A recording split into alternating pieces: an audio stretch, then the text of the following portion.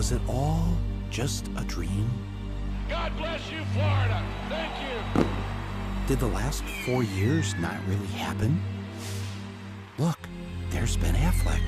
He's often in my dreams. And the taxi driver guy, he was there too.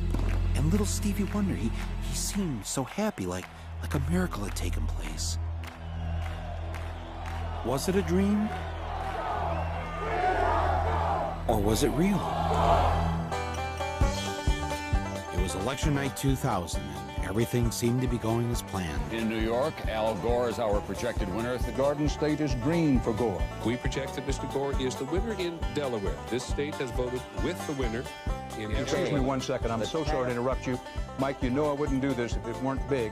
Florida goes for Al Gore. CNN announces that we call Florida in the Al Gore column. Then something called the Fox News Channel called the election in favor of the other guy. I interrupt you. Fox News now projects George W. Bush the winner in Florida, and thus it appears the winner of the presidency of the United States. All of a sudden, the other network said, hey, if Fox said it, it must be true. All of us at the networks made a mistake and projected Florida in the Al Gore column. It was our mistake. Now, what most people don't know is that the man who was in charge of the decision desk at Fox that night, the man who called it for Bush, was none other than Bush's first cousin, John Ellis. How does someone like Bush get away with something like this? Well, first, it helps if your brother is the governor of the state in question. You know something? We are going to win Florida. Mark my words. You can write it down. Second, make sure the chairman of your campaign is also the vote counting woman, and that her state has hired a company that's going to knock voters off the rolls who aren't likely to vote for you.